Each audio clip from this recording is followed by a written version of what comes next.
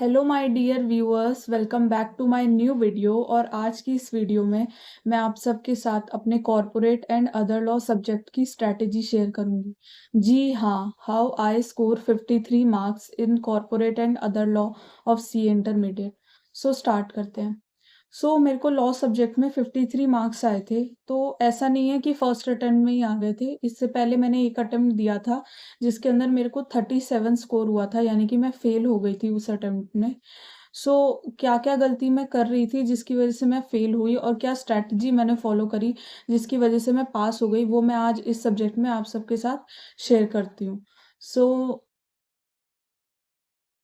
Mistake I did is, मैंने पहली बार जो अटेम्प्ट में अपना पेपर दिया था उसमें मैंने बिल्कुल पढ़ाई नहीं करी थी, बिल्कुल भी नोट्स नहीं बनाए थे और बिल्कुल भी क्वेश्चन प्रैक्टिस नहीं करी थी, जिसकी वजह से मैं फेल हो गई। अब मैंने क्या स्ट्रैटेजी फॉलो करी जिसकी वजह से मैं पास तो हो गई, यानी कि मेरे को 53 स्कोर हुआ। सबसे पहले और मोस्ट इम्पॉर्टेंट, नोट मेकिंग। जी हाँ, अब मैं बुक से नहीं पढ़ती थी, मैंने नोट्स बनाना स्टार्ट कर दिए थे और मैं नोट्स से पढ़ने लग गई थी। अपने हाथ से मैंने खुद लिख के नोट्स बनाए थे, लिटरली मैंने किसी से परचेज नहीं करे थे नोट्स।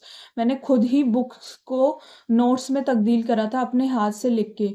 और important important second is learning, यानी कि अब मैं उन नोट्स को सिर्फ बनाने के लिए नोट्स बनाए नहीं थे, अब उन नोट्स को मैं लर्न भी करती थी। सेक्शन वाइज मैंने नोट्स बनाए थे और उन सारे सेक्शंस को अब मैं लर्न करना भी स्टार्ट कर दिया था मैंने। थर्ड इज 5 SQ रूल, जो कि मैंने ऑडिट और कॉस्टिंग में भी अपनाया था, वही मैंने सेम लॉ में भी अपनाया था कि मैं रोज 5 नए क्वेश्चंस लिखती थी। और जो लास्ट मैंने रिवीजन करे हैं उनमें से भी 5 क्वेश्चंस की ओरल रिवीजन करती थी जो लास्ट मैंने याद करे हैं। 1.5 डेज स्ट्रैटेजी में मैंने रिवाइज करा उन्हीं नोट से जो मैंने अपने हाथ से बनाए थे। अब मेरे को इतनी मल्टीपल रिवीजन हो चुकी थी कि अब मुझे लॉ सब्जेक्ट में कॉन्फिडेंस आ गया था। अब ऐसा नहीं है कि मैंने पूरा सिलेबस कवर करा था, 3 चैप्टर मैंने छोड़ दिए थे।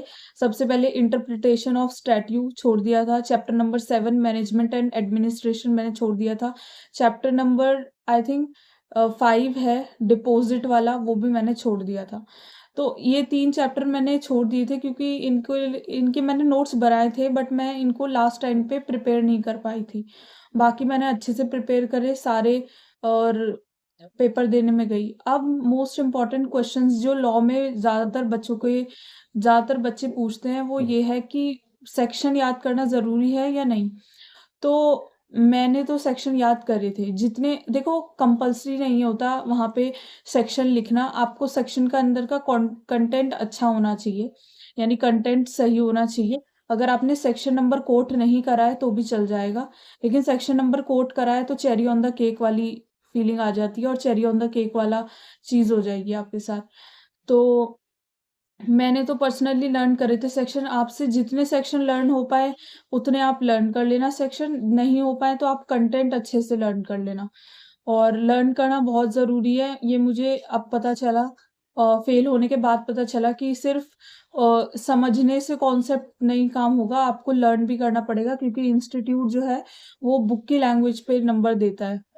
तो अ, यही सारी मैंने स्ट्रैटेजी फॉलो करी और इन्हीं सारी स्ट्रैटेजी फॉलो करने के बाद पेपर देने गई और आई क्लियर्ड और मेरे को 53 स्कोर हुआ।